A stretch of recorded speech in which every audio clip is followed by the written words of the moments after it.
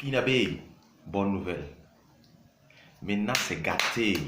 Ibrahim Traoré, cette nouvelle année, a décidé de mettre fin à la corruption. Il avait commencé à sensibiliser un peu, puis les gens, d'autres faisaient semblant. Maintenant, il a décidé que vraiment, il va lutter dans tous les services. Il va veiller à ce que vraiment, il y ait l'ordre. Les gars, je vais vous laisser regarder la vidéo. C'est pas facile, c'est pas du jeu.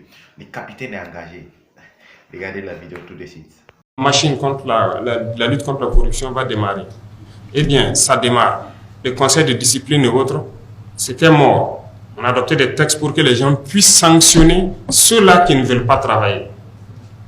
Mais rien, personne ne veut sanctionner. Ah, si moi je le sanctionne, on peut le licencier, ça sera de ma faute.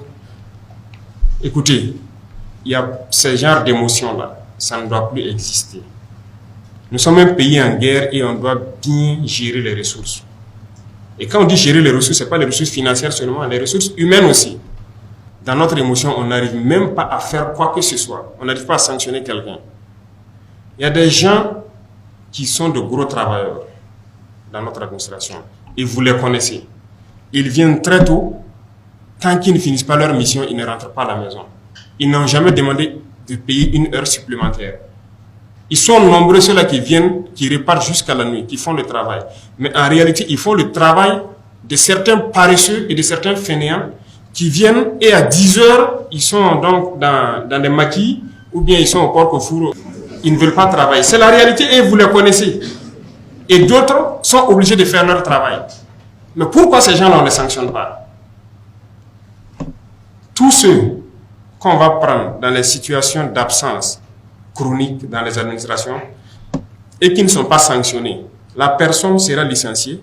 Le directeur qui était censé le sanctionner là sera probablement licencié aussi, sinon puni. On ne peut pas continuer comme ça. L'esclavage existe dans nos administrations. On vous a recruté pour faire un travail. Vous vous retrouvez assis au bureau. Un commerçant ou un pauvre paysan vient pour un papier. Vous le voyez, certains sont tellement orgueilleux, gonflés. C'est de l'esclavage. Il ne fait pas d'abord son travail. Il le crie dessus. Il cherche les gens de leur bureau. Si tu fais, tu quittes mon bureau. Et souvent, il les cherche. Les gars sortent, ils tournent. Il ne fait pas le travail, il se lève, il part faire. Ces gens-là existent dans l'administration. On le dit publiquement haut et fort. 15 mois à s'observer, c'est trop. Si on t'a recruté d'être dans une administration pour faire un service, tu le fais. Tu n'as pas à esclavagiser des Burkinabés. On vient pour faire un papier. Le gars vient souvent, il ne comprend même pas français. Souvent, il ne connaît pas le nom du papier. Mais tu as été recruté pour faire ça. Tu l'expliques clairement et tu lui dis tout ce qu'il y a. Il rentre dans son bureau, il est assis. Oui, toi, tu veux quoi? Les gars commencent à parler comme ça. Ici, tu ne sais pas ce que tu veux là, quitte mon bureau. Nous avons des films comme ça. Ouais. Et il finit par chercher le pauvre commerçant ou le pauvre paysan, quitte son bureau. Il fait ce qu'il veut sur son ordinateur. Et puis, dans peu de temps, il se lève, bon, il prend son téléphone, il a quitté le bureau. Il n'est plus là. 11 heures, vous revenez, son bureau est vide. Et c'est jusqu'au lendemain. Ce sont ces gens qui font que d'autres sont là. Ils sont obligés de travailler jusqu'à la nuit. Parce qu'ils sont obligés de faire tout leur travail. Ils accumulent les dossiers dans les casiers. Ils ne travaillent pas. Et à un moment donné, oui, que si on veut que ça soit épuré, il faut faire opération casier vide. Et dans ça, ils réclament des primes encore pour pouvoir le faire. Vous êtes recruté pourquoi? Vous voyez l'esprit là. D'autres sont recrutés pour faire un travail. Ils ne veulent pas faire le travail. Ils veulent qu'on leur donne d'autres primes supplémentaires pour pouvoir faire le même travail. Si vous ne pouvez pas vous quitter, il y a beaucoup de jeunes gens qui attendent. Ils vont venir vous remplacer. Et on va continuer. Il y a des pratiques qui doivent cesser. Et je pense que vous êtes les mieux placés pour véhiculer ces messages-là. Et j'espère qu'il n'y a pas ça chez vous ici. Ah, s'il y en a, on va taper.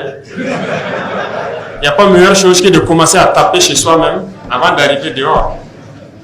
Donc, on mettra de l'ordre dans nos propres rangs avant d'arriver dehors. La lenteur administrative, ça doit cesser. S'il y a un travail, il faut le faire. C'est la patrie d'abord. Tout ce que vous faites, c'est pour la patrie. Il y a combien de Burkinabés? Estimé à 24 à 25 millions actuellement ici. Il y a combien de travailleurs, les fonctionnaires? Ça ne vaut pas 300 000 personnes. Vous êtes d'accord avec moi? C'est ça, non? SGG. Mais quelle est la masse salariale mensuelle? C'est environ 90 milliards, c'est ça?